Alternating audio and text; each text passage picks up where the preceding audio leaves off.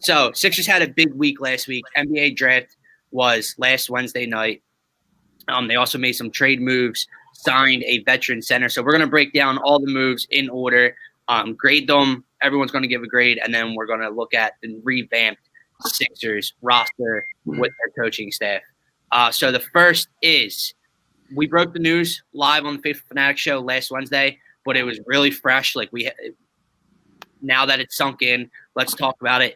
Daryl Morey comes in, gets rid of that horrible, horrible contract of Al Horford's, and ships him a second-rounder in last Wednesday's draft and a future 2025 top 6 protected first-rounder for Danny Green. So how do we feel? Terrence Ferguson, too. And Terrence Ferguson, my bad. Forgot about that part. So how do we feel about that move? Again, I'll throw it to you first. You've been a little quiet lately. How would you grade the move, and how does the guy fit? So how does Danny Green and Terrence Ferguson fit on the Sixers? Yeah, I'm gonna grade the move an A. At first, I was skeptical of what was going on. I had a big Zach LaVine push on draft night, so I thought Horford would probably have to be involved.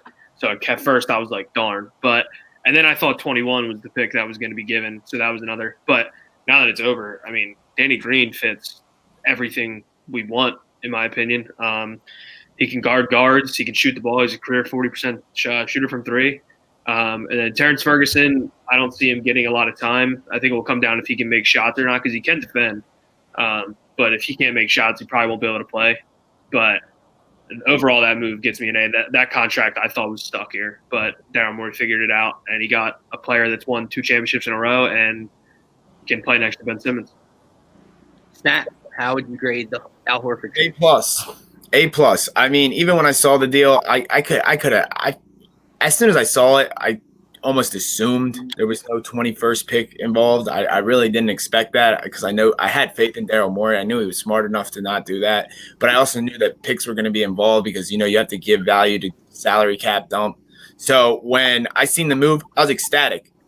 Yes, we wanted Buddy Hield. Yes, we wanted Zach LaVine. We thought Al Horford would be a part of a deal like that. But when I saw Danny Green in the deal, I mean, I lost my mind. Regardless if he had a regression or not last year, dude's back-to-back champion. He's got playoffs experience. He's a great vet to have around young guys like Shake Milton, Matisse Thybulle, Tyrese Maxey, and all these other young guys.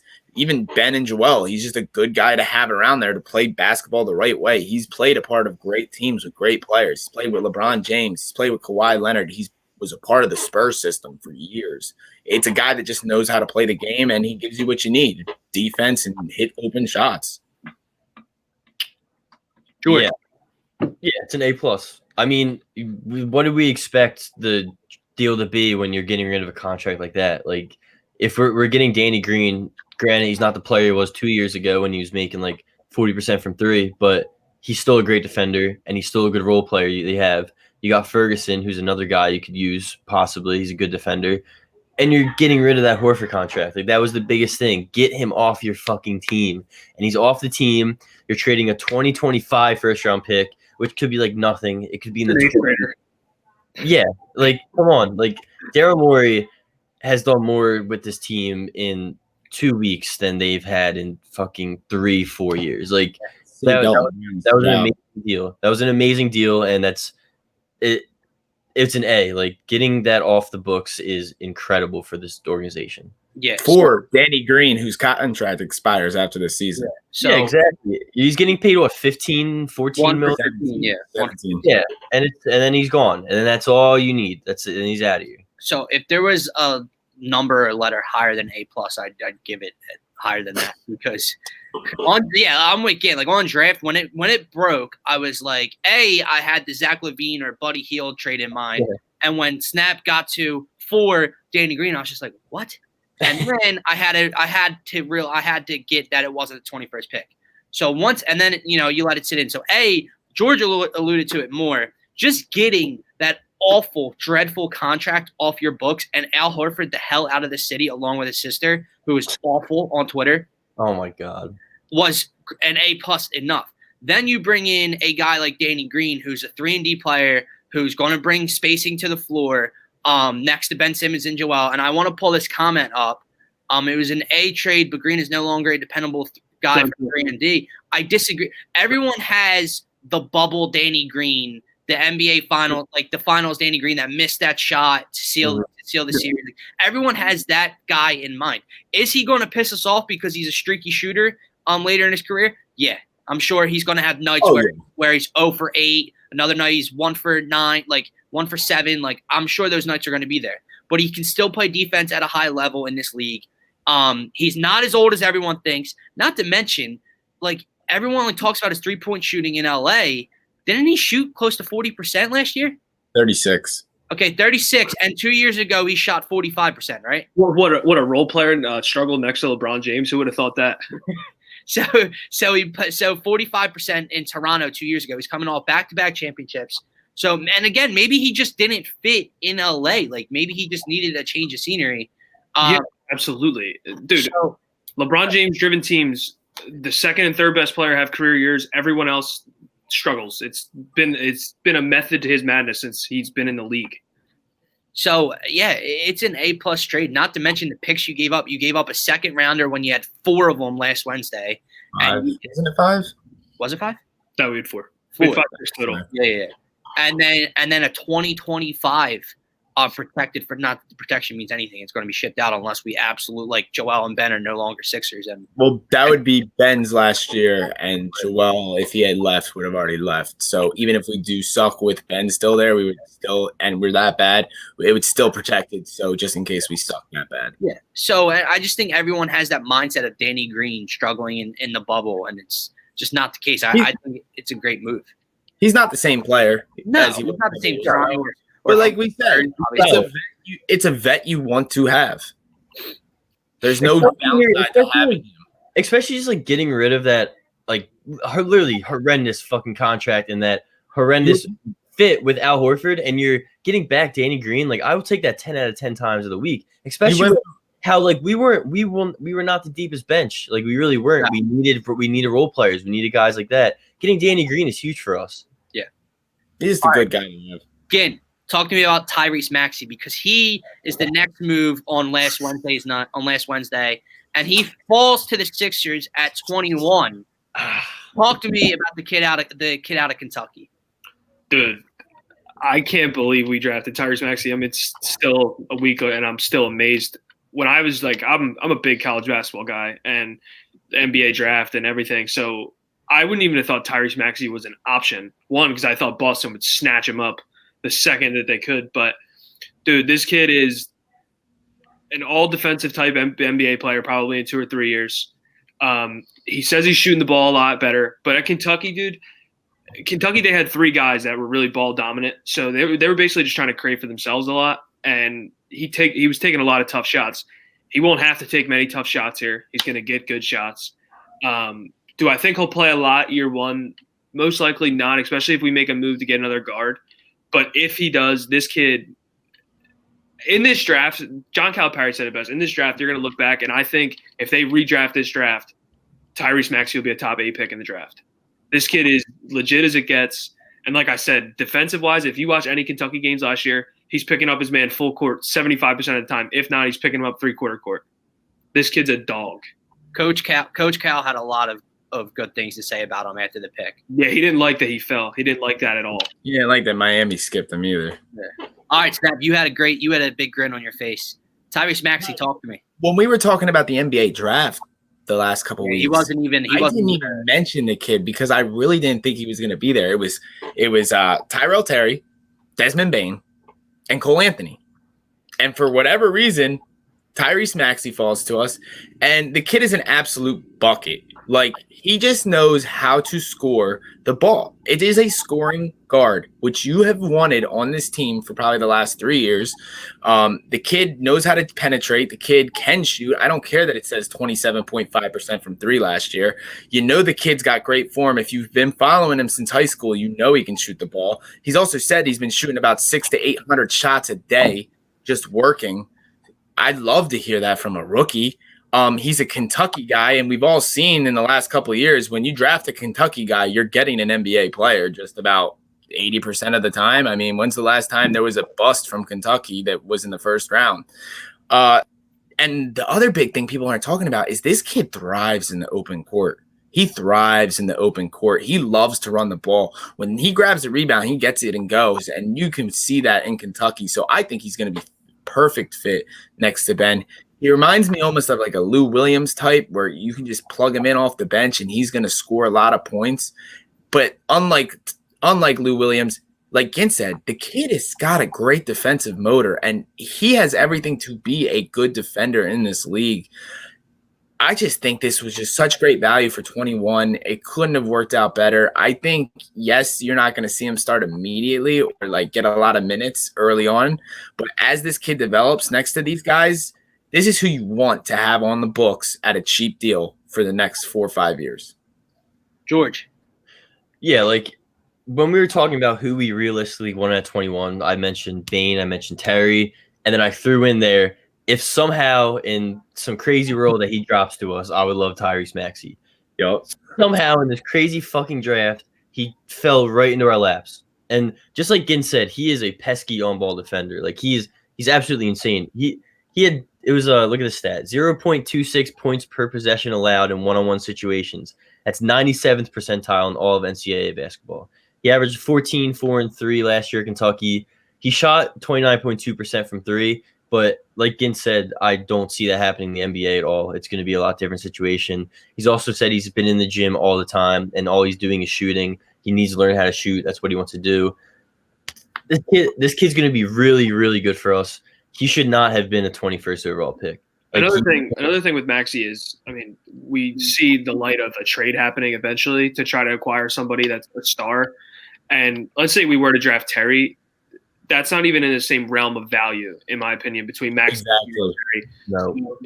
If you have to move him one day, this kid is probably a bigger asset than honestly everyone on the roster besides Ben, Joel, and until he proves something, probably Matisse. But this kid is. We scored really. Huge asset. It was a steal. Like You guys hit on everything already. The only thing I can add is that a lot of people believed it was just a down year shooting wise, especially from deep from him. It was. From him in Kentucky. And also a lot of things I've heard, I think Doc Rivers actually alluded to it, I think. Was that he shoots well from the free throw line. And if you shoot well from the free throw line, what do you have? Good mechanics. So they can work with that, and his 3-point percentage and field goal percentage will go back up. So, yeah, again, it's an A-plus pick. And, again, having Daryl Morey up there, whether he's the one making the calls or he's in Elton's ear or whatever the case is, you didn't overthink the pick. I was waiting just to Philadelphia in me for him to fall and the Sixers to just overthink it and not go there. Daryl Morey's in the building. That ain't happening. And Snap, you said it. Give me the Kentucky dude, man. Like when the NFL draft was around, 30 first-round picks in 11 seasons. I still like the Jalen Reagor pick, like talking like draft wise.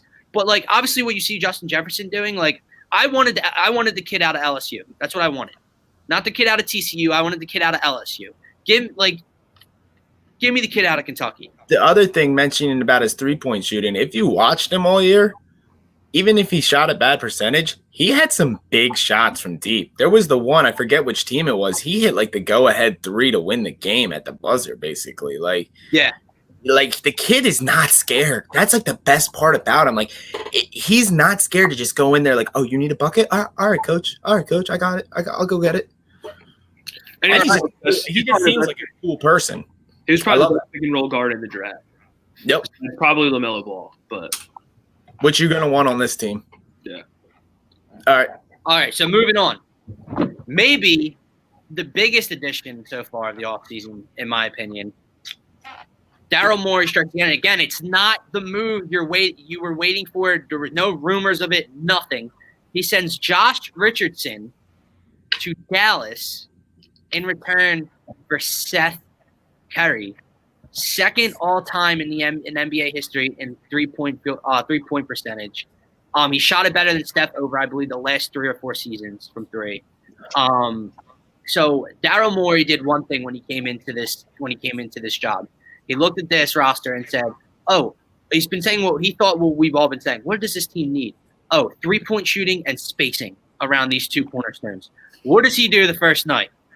Danny Green and one of the best to ever stroke it from deep, Seth Curry. So again, talk to me about the trade. Seth Curry, you lose Jay Rich, but you bring in a much, much, much astronomically better 3-point shooter in Seth Curry, who he put out there's a video released today, and his handle looks he's working. His handle looks okay to me.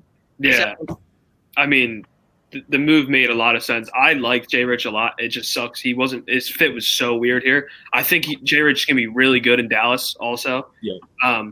But yeah, no, the move makes total sense. Seth, like you said, Seth Curry, percentage wise, I mean, Dallas was a big league pass team for me. So every time Seth Curry shoots it, you don't even have a doubt that it's going to go in, and that's something we just need. Like, we need something reliable, not a guy that's streaky. And we finally have a guy that, like I said, you just shoot it and you're like, wow, that's going to go in. There's no way that doesn't go in. He's a set shooter, obviously, which is going to be awesome because we have 2 of the best playmaking players in the NBA. I believe Joel can figure out how to navigate through a double team. But he's going to get so many open shots, and this move just made total sense. And I think he'll come off the bench, which is where he really has played his whole career, which I think that'll make him feel really comfortable. He's also needs to be hidden on defense, which is another thing that playing next to Ben helps with, because Ben is a top 5 player on defense in the entire NBA. Probably So I love the move. That was probably my favorite move so far, besides drafting Tyrese Maxey, actually. So I'll give it an A. Snap. This was my number 1 move of draft night. And here's why. One, yes, is Jay Rich a better player than Seth Curry? Yes. Overall, Josh Richardson's a better basketball player than Seth Curry. Defensively, both ways, yes, he is. But at this point, you're not going for better players. You're going for better fits. These guys are supporting cast. You're not putting an all-star team together.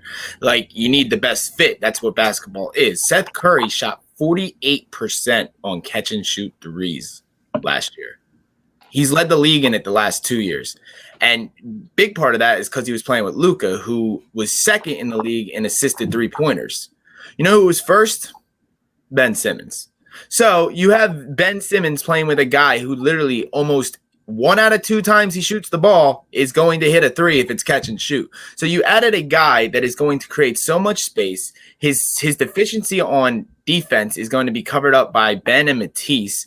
And you could make that move even though Josh Richardson's a better defender, because you have a guy like Matisse. They don't have to worry about keeping Josh Richardson to be a defensive perimeter player because you have a young defensive perimeter player on your team now. So now Seth Curry doesn't have to worry about defense. All he's got to do is be running off screens, catch and shoot, sit in that corner, do your thing. It's absolutely perfect. We haven't had a shooter like this since J.J. Redick. And I'll say this, J.J. Redick had one advantage over Seth Curry, and that's dribbling the ball coming off a screen and shooting. But even then, that's not as efficient. Like, so you got a more efficient shooter than you've ever had next to a guy like Ben Simmons and Joel Embiid. I think the move was phenomenal. Absolutely phenomenal. And he's on a good deal. I think he's here for another 2 years. Yeah, this season, next season. I think. Yeah. So now if you're doing math, the Al Horford deal even looks smarter because now you've basically turned Al Horford into Danny Green, Seth Curry, Terrence Ferguson, and Tyrese Maxey. You cleared the cap space based off that trade alone, which is absolutely insane. Seth Curry move was an absolute A+. I think he's going to be a fan favorite. And, I mean, what else can I say? Daryl Morey. Daryl Morey's awesome, dude. It's just so cool to have a GM. like a real GM. It's just so fun. George, talk to me about the better of the Curry brothers. No, that move came out of nowhere, and it was absolutely the correct deal to make. I mean, it sucks that J. Rich couldn't fit here. He's a good player. He was good in Miami. We saw that. Like, he's probably going to be very good in Dallas. But when you have a chance to get a guy that shoots 45% from three, paired next to a guy that leads the league in 3-point assists, you're doing it 10 out of 10 times. Like, that Curry deal is probably my favorite thing of the draft. It's going to be it's what we needed. We need shooting. We need 3-point shooting, and we got it with Seth Curry. He's consistent. He's reliable. He doesn't miss open shots very often at all. It's going to be perfect for this team, and that was the biggest surprise for me. Like, I did not see that coming. You look at your phone, and it's like Sixers are trading for Seth Curry, and it was like, what the fuck is happening? That was the first thing I woke up to because I fell asleep before part of the draft. Like, shout out Daryl Morey. Like, he's been nothing but incredible. This, like, beautiful human being. Everything that has been going on with the Birds and the Phillies not re-signing JT, and just 2020 as a whole. And and then all of a sudden Daryl Morey comes in and he blesses all of our fucking lives. Like, I'm so excited about the NBA season. I'm so excited to watch some basketball. It's going to be incredible this year. Another note is a new look Sixers. It's a new era. This is going to be a fun year. Another note you can add in there is, since a lot of people were high on like Tyrell Terry, who I made the NBA comparison to Seth Curry leading up to the draft, he was like right around, what did he go, 32nd or 31st, right? 31. So you were sitting there with 36, and like, you could have probably maybe packaged some picks to go get him, but instead you went and got a solidified shooter. You're not relying on a rookie here now. Like, this guy is going to come in and absolutely torch it. Like, it's just awesome, man. I can't wait. It's definitely, again, A++++, whatever I can put next to it. Again, spacing and 3-point shooting was the one thing with these two cornerstone pieces you needed. And again, you talked about Ginner Snap talked about hiding him on defense, which you can do. Like, I feel like even like when you had JJ here, who was, like Snap said, was the last big 3-point shooter we've had. He's not as efficient, but JJ couldn't play like a defense either. Yeah. And you is a better defender as is. JJ's like non-existent. That ain't great, but like. And again, better. Dude, and again, I know I might be getting reeled in like I do with the Ben social media post, but that video of Seth of S. Dot. What? He put the ball behind his back? Why his handles look clean? No, yeah, don't give it, dude. I mean, I think another thing we're really alluding to is we have a player that if a guy goes under a screen, he's going to shoot a 3-pointer, and it's going to go in, which is like a really cool. Who would have thunk?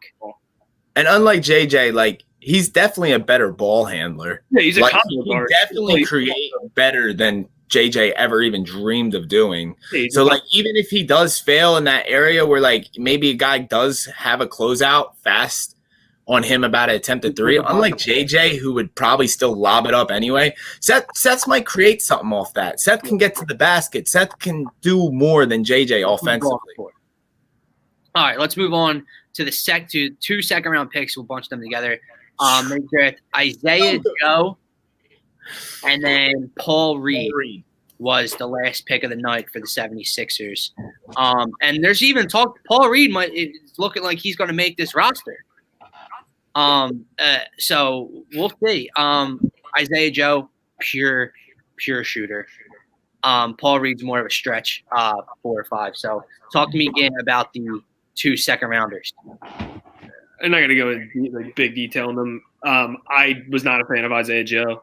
At 34, 49, we got him. So that's good value in terms of where you were probably going to take him, because apparently we promised him. But the kid's a chucker. He shoots a lot. But, I mean, hey, if you can make shots, you can play on this roster. Paul Reed is going to be a G League guy. He's from DePaul. I agree with you. I'm just saying from what I've like. No, don't get me wrong. And apparently he's been saying all the right things in these press conferences and stuff. But are you reading the comments right now? I'm sorry. Someone said he was KG. Oh yeah. we have a Siakam comp and a young. Yeah, they couldn't be more wrong. Villanova used to make Paul Reed look just silly often. The Villanova plug. Don't get me wrong. Isaiah Joe, I love the value for it. We got him, like I said. We were going to take him at 34, apparently. So I'm okay with that pick. Paul Reed's going to be G Leaguer. There's not much to talk about a second-round pick. Snap. I love both picks for where you got him at. One, I thought Isaiah Joe was going to go. Isaiah Joe could have gone earliest at the end of the first round. So the fact that you grabbed him at maybe I wasn't like high on him going there. Like I didn't want him at 21. I got scared when they said they promised him. Yeah. But the fact that you got him at 49 is incredible. So with Isaiah Joe, he like Gin said, he's a chucker. But that's what you need. Like, if you have an injury on this team and you need a guy to come in and play some minutes off the bench, like an Isaiah Joe, he's a chucker. And not only that, I don't think he's that bad of a defender. He's got some good size to him. He's kind of got, like, what you want in a wing player. He's got some length to him. I think, what did he shoot in his first year? 40-something? And then he dropped down to, like, 38. Yeah, he was, like, 44 in his first year, I'm pretty sure. Yeah, so you got a guy who you can develop. That the one part that you don't need to develop about him is shooting, which is great to hear because after all these draft picks and players we've had in the last couple of years, that's the one thing I don't need developed again is shooting. So you have a guy who you can develop and play next to these guys on a cheap contract. If he does turn into a decent role player, now you have a bona fide shooter on a cheap deal for the next couple of years. I love the pick. I gave him kind of like if he can become a decent defender, like a smaller Rocco kind of player, which I know a lot of people aren't high on Rocco, but I like Rocco, and I already think Isaiah Joe is a more consistent shooter.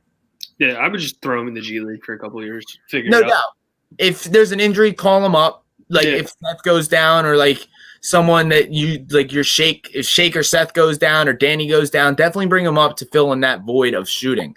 Like, because again, like the kid isn't going to be, he's smaller. He's got a small frame. That's the issue with a lot of college kids.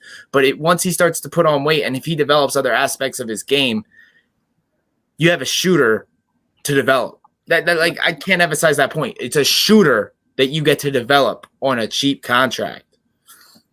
George.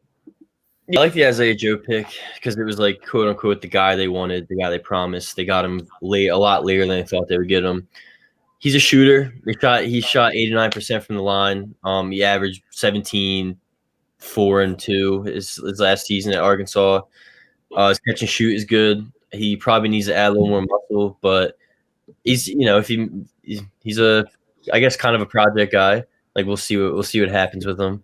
I think it's good value where we got him, especially because you need a shooter. You need shooters. You wanted him at 34. You got him a lot later than 34.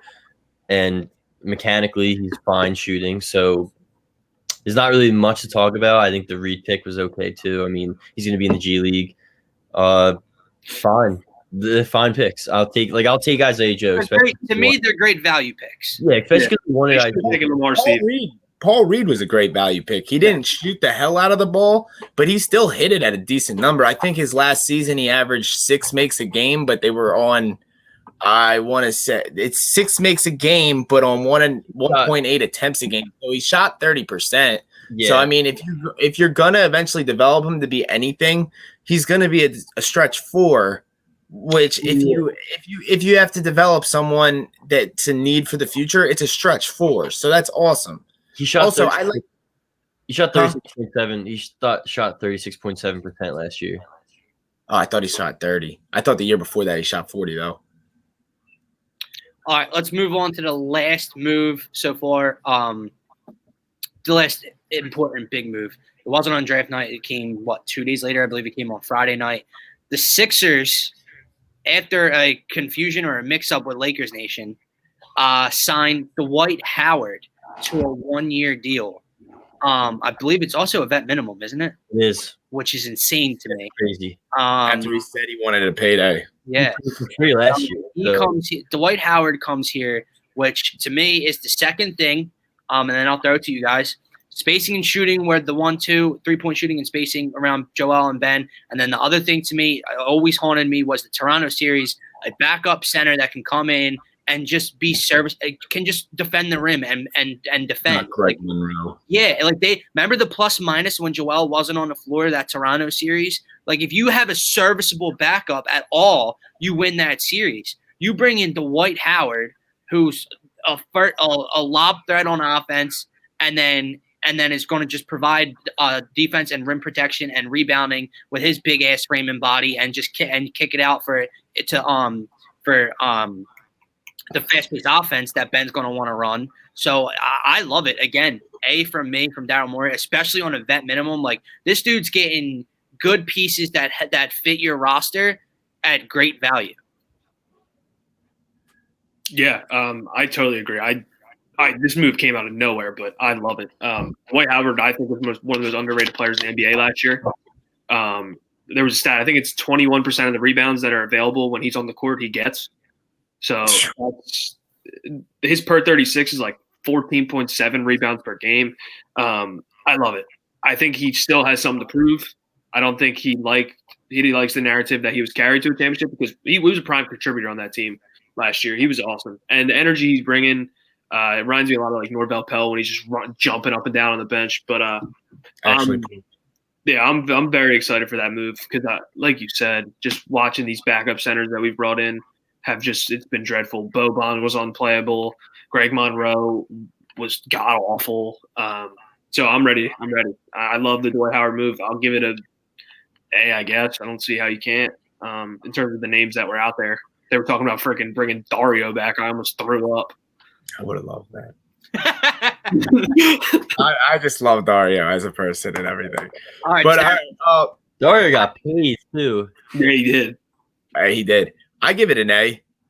I wanted to lean B, but like now that I'm thinking about it, it's an A. So you were sitting here, it almost seemed like you were for sure signing Nerlens Noel, who probably would have demanded a little more money.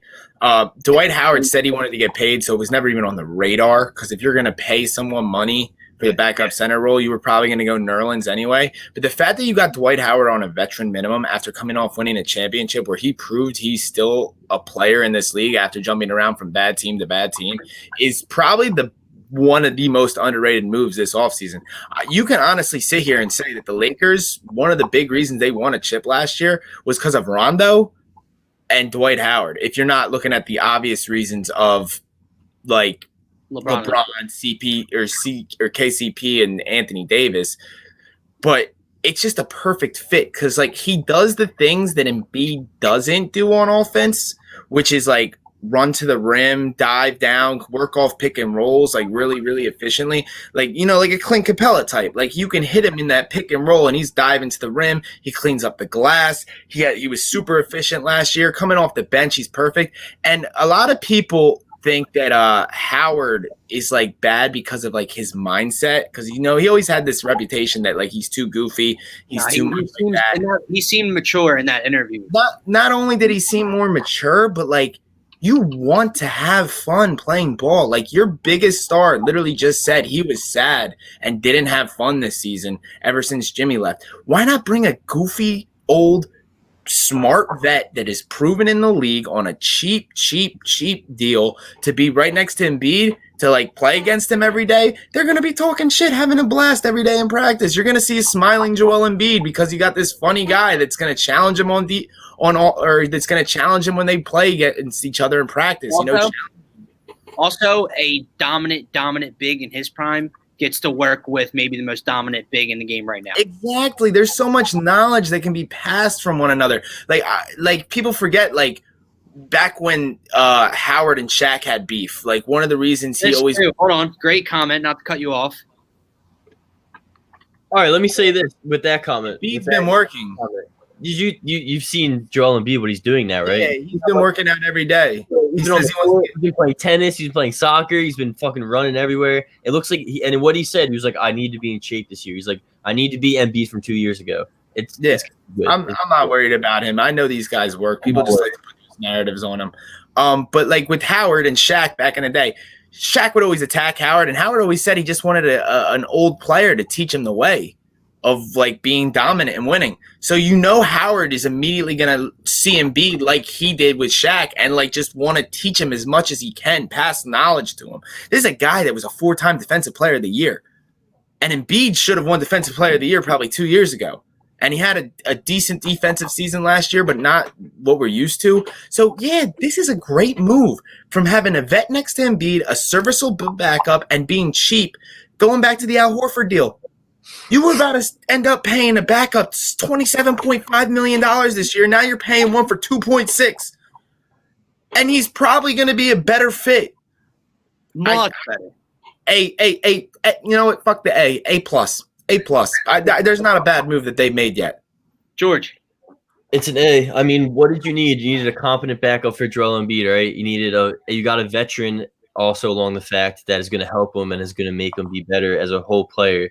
And you got him for the vet minimum when you could have been signing, who knows, Nerlens Noel for whatever money. Nerlens Noel, bum ass. Dario Saric for $27 million over 3 years. Like, instead, Sixers out of my mind. Yeah, like, get the fuck out of here. Getting Dwight Howard was incredible. And it's funny because he's saying, Lakers Nation, I'm staying. Like, that was the best part of that. And then Morey's like, hey, buddy, what's up? Let's go. And they signed Montrezl Harrell in that time span too. Vet minimum, a competent backup for Embiid, a good serviceable backup for Embiid, someone that's going to teach him, someone that's going to show him the way, someone that was the most dominant big man in back in the day. Like, this is a Hall of Famer we're looking at. Like, this is an incredible move by Daryl Morey. Nobody expected it because who the hell is going to expect this? Right. Absolutely perfect. It has to be an A. Shout out to Daryl Morey for everything he's done.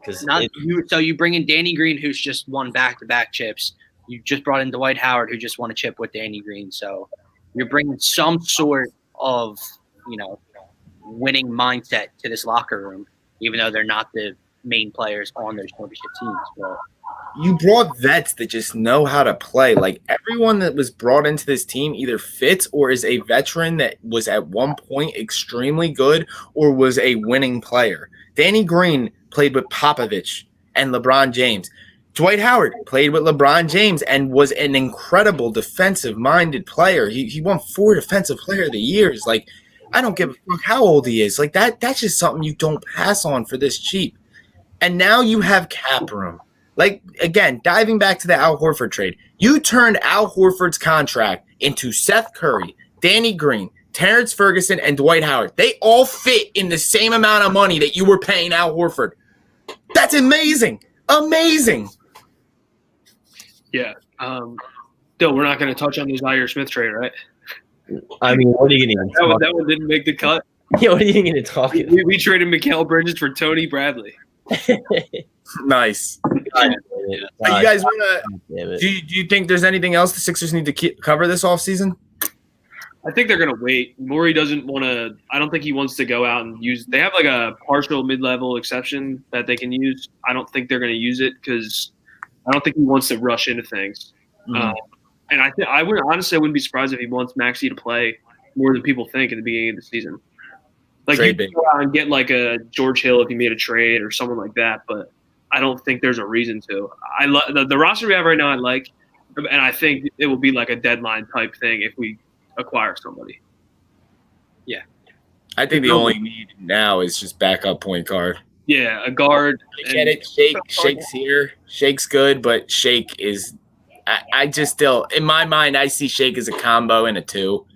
I understand he is he's labeled as a point, but I think Shake would thrive more as a 2 than a 1. Yeah, I think Shake's going to play a lot next to Ben this year. I don't think they'll have him have the keys to the offense a lot. Yep. You guys want to predict starting 5? Yeah, why not? I'll go. Ben, we're not going position, right? We're just going 5. Just name 5. Ben, Joel, Toby are the clear-cut 3, obviously. I'm going to go Danny because I think Seth's the one coming off the bench. Dude, I've heard a lot of things that Doc's high on Shake behind closed doors. Really, really high, apparently. Like, does that mean Ben is playing the point forward? I'm going to go Shake because I don't think he's going to start Tease. Yeah, mine's the exact same 5. The guy, Jason Blevins and Krell, they both said that they've only heard that Doc loves Shake and that Shake will be a starter, which I also love the second unit of Tyrese Maxey, Seth Curry, and Matisse Thybulle as your 1, 2, and 3. That hides Seth very, very well between 2 guys that can play on the ball in terms of defense. So, yeah, my starting 5 is the same that Dylan said. I agree with the starting 5. Would that be my starting 5? No, I'd probably go Ben, Danny, Matisse, Toby, Joel. At first, I did want Seth to start, but now sitting back, I like him at the 6-man role because even though if he's coming off the bench, I do see him getting the same amount of minutes as like a shake. He'll probably finish every game. Yeah, like I don't like it'll be like the classic 6-man situation where you're coming off the bench for instant offense, but like you're finishing games and you're probably gonna have the same amount of minutes as the guy that's starting above you. But I wouldn't be surprised if by the end of the season you could see a switch up, or even through the season, like a couple switch ups. I could see them eventually like getting to like Seth and Matisse in the starting lineup after, like, if Danny doesn't perform as well as he needs to on the starting lineup. And if Matisse comes out this offseason as a shooter, like a consistent shooter, like hitting 35 or more, or like hitting close to 38 or almost 40 from three, which I'm not expecting it, but if it does happen, there's no reason he shouldn't start, in my opinion. And I think that would just be better because you want a young guy like that to slowly build into a starting role on this team, especially if he's going to be a young player here for the next couple of years. So my lineup is the same as yours, but I don't expect it to be that way the rest of the year. Yeah. George. Yeah, I agree with you guys. And I think Curry's going to be an amazing addition off the bench. I think he performs better when he's off the bench. We saw that in Dallas. It would be amazing if Matisse could come out and be just like a perfect 3-and-D for us. Snap, like that would be fucking. Yeah, it would almost be like he has to be like Mikal Bridges. Yeah, he has the ability. Yeah, no, but yeah, I agree with you guys. I agree. I think Steph's going to be, or Seth. Shit, it could, well, pretty much Steph. I mean, come on, he's better, but yeah. It's gonna be awesome. It's him off the bench as a 6-man is gonna be great. And if Matisse does have a lot better 3-point shot than last year, and with his defense, that would be fucking incredible. So, yeah, I agree. I'm excited, very excited.